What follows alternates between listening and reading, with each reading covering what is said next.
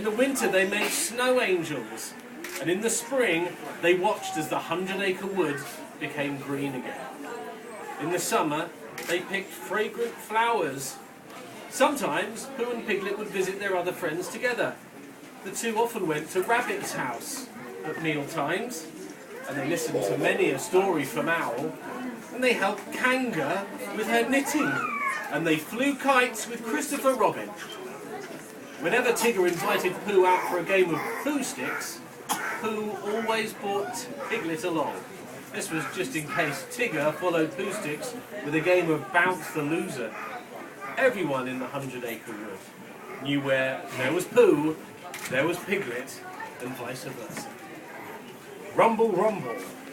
Pooh's tummy always told him and Piglet when it was time for lunch. "I believe I'd like some honey today," Pooh would say. "Oh, that sounds like a splendid choice," Piglet would agree. After lunch, they'd spend the afternoon together, and very often Piglet would watch birds and bees go by while Pooh snoozed against a nearby tree. On this particular morning, Pooh and Eeyore decided to pay Piglet a visit. "Oh my, it's a lovely day," said Piglet. "Oh, I suppose," said Eeyore, "if you like that sort of thing."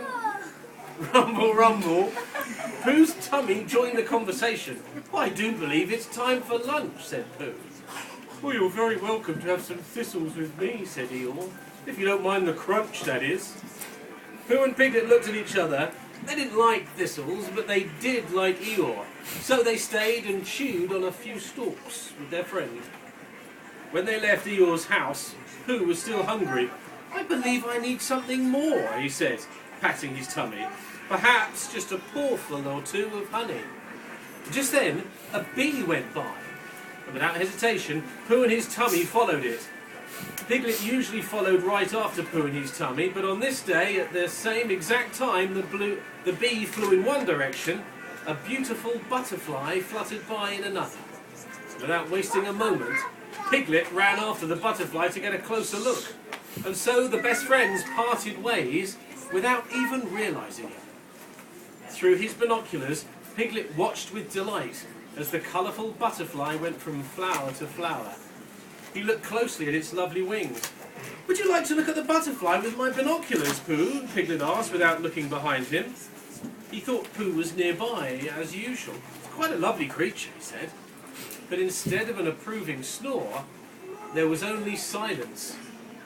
Piglet turned towards the tree where Pooh liked to nap, but there was no bear napping there. In fact, there was no bear there at all. "Oh dear," said Piglet. "What's happened to you, Pooh?" Piglet wondered where Pooh had gone off to without him, or rather, had Piglet been the one to go off without Pooh? In either case, Piglet had to find his friend. He hurried off. He wasn't sure where he was headed, but he knew he'd be there when Pooh was there too. Meanwhile, Pooh had finished his encounter with the bee, or rather bees, and was having similar thoughts about Piglet. Not at all sure how he'd wound up without Piglet or honey, Pooh resolved to find first one and then the other. Eventually, Pooh and Piglet came across each other on a path through the 100-acre wood. "Oh, there you are," said Pooh, cried Piglet. "Where were you?" "Oh, I'm so excited to see you again, Piglet," Pooh said. "I'm not quite sure where I was, only where I wasn't." "Well, you weren't snoozing against a tree while I explored," said Piglet. "That's precisely where I wasn't," said Pooh. "Well, I'll make sure to say goodbye next time," said Piglet, smiling when he realised that there would be a next time. "And I shall as well," said Pooh, equally happy. "It would appear that together or apart we're still the best of friends," said Piglet. "Yes, that's how it would appear," Pooh agreed. "What do you like to do tomorrow?" asked Piglet. "Perhaps we can meet for breakfast," asked Pooh. "Oh, that's a splendid idea," said Piglet. "And then maybe we can take a walk." "That would be wonderful," said Pooh. The end.